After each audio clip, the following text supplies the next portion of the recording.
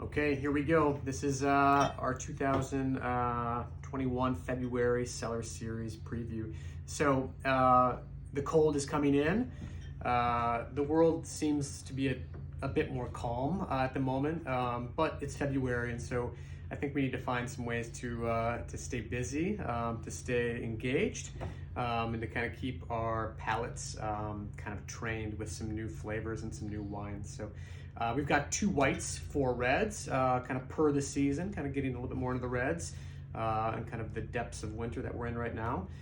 Some really fresh flavors for the first half of this, and then some serious kind of heft as we get to the second half of the tasting. We're at about $150 after the 20% discount and after tax. So kind of staying in that price range that we've been finding a lot of really great value. So some wines that are very limited, some wines that we kind of cornered the market on, and some kind of new wines all around that we're excited about. So let's jump in right here with Pazza Señoran Albarino.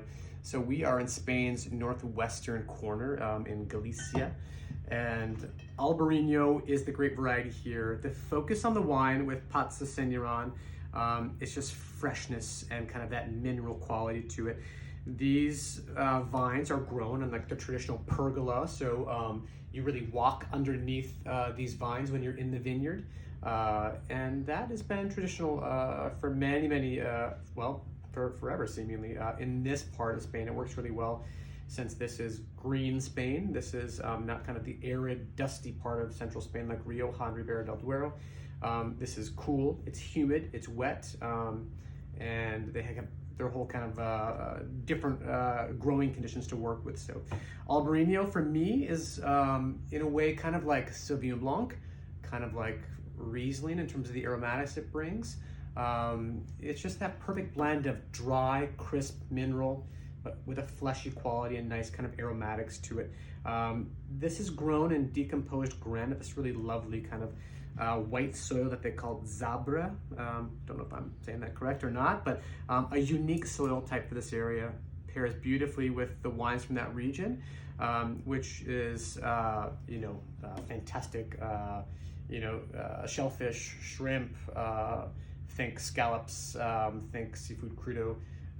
It's just so at home with kind of the foods of coastal Spain. A lovely white. I hope you enjoyed as much as we did. So moving to Phelps Creek Chardonnay. So Phelps Creek is a project that has only been around since I think 1990. Very small production for us. So 560 cases of this Chardonnay made here. It is Oregon, but it's from the Columbia Gorge. So where most wines that we see from Oregon are coming from south and west of Portland and along the coast. This is more inland. If you follow the Columbia River, it's on the Oregon side, which there's a lot of grape growing going on the Washington side, but not as much on the Oregon side, kind of Mount Hood area. So it's similar to the stuff that we see from the Willamette Valley. It's kind of Burgundy in inspiration. And what we mean by that is the grapes are not overly ripe. The grapes are not aged in extensively like new barrels. It's not this big creamy buttery thing. Nothing wrong with that, but like this is more focused, shows a little bit of restraint, and it's just a really lovely expression of Chardonnay. There's a young female winemaker in play here who's actually from Burgundy, which is kind of a nice little twist, and I feel like it's just a nice nod to maybe the styles of wine that I imagine that she kind of grew up on. So lovely Chardonnay, kind of just a nice mid-weight Chard that reminds me of the Willamette Valley, reminds me of Burgundy, but just reminds me of really good Chardonnay. So okay, moving to a pretty exotic little wine right here. This is Hauner.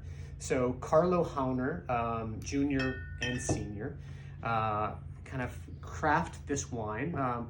Carlo Hauner Sr., who founded the winery, has passed away since, but the energy and the verve of this wine kind of live on because of where it comes from.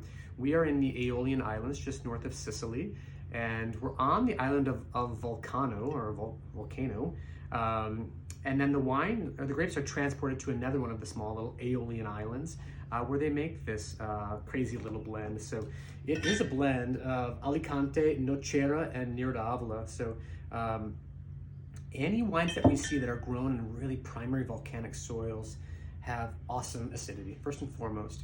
There's just this amazing freshness to the black fruit that we see with this wine right here, this blend.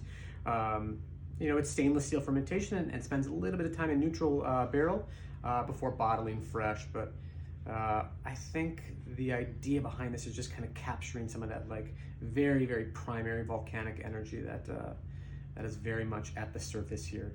Whenever we try wines that come from volcanic islands that kind of rise out of the sea, they're just a special kind of energy to it, and I hope that you find it with this wine as well. 2,000 cases made, so another small production wine that we're excited to work with. I think less than 10 cases of this came to the market, and we took the lion's share for this series. So we are moving west, through the Mediterranean, and we're arriving at the French, very close to like the French-Spanish border. I should say more like near Montpellier, but this is Chateau Pouchot.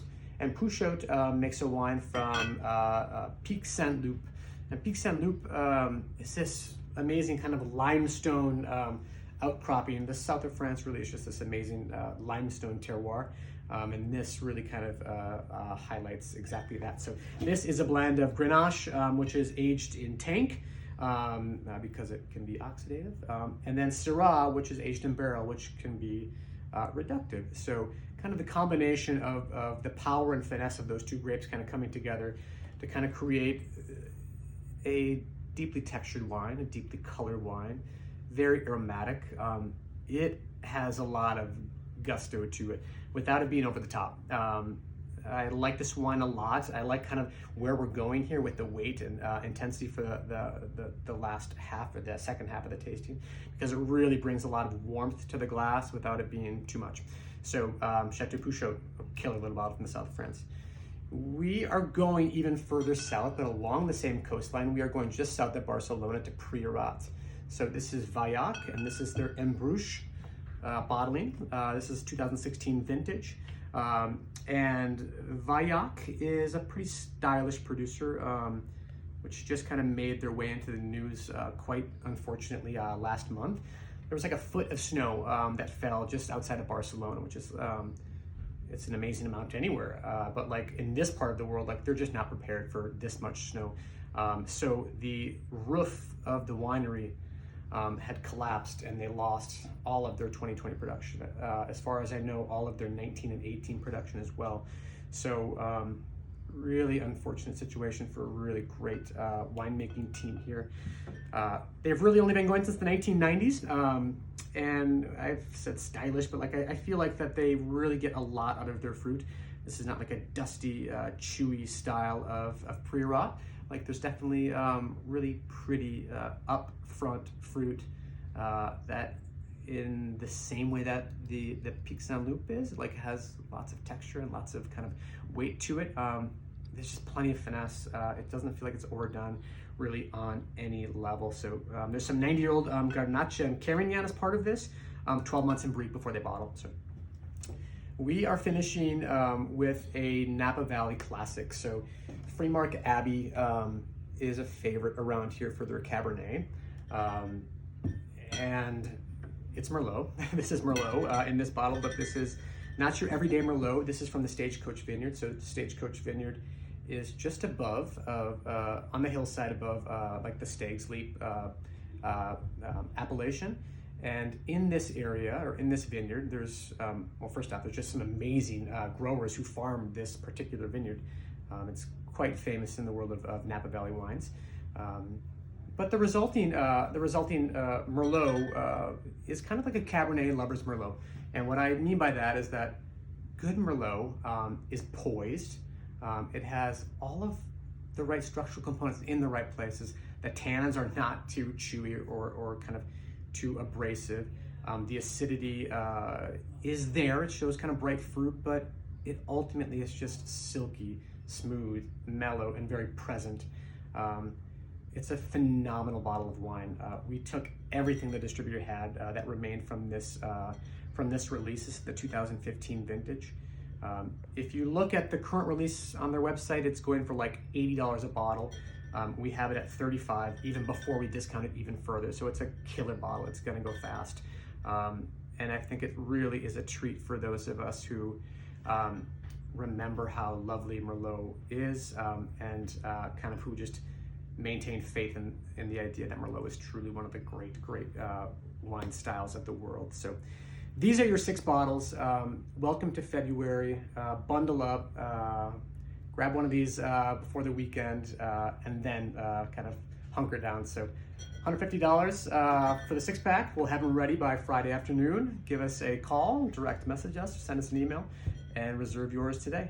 Thanks so much.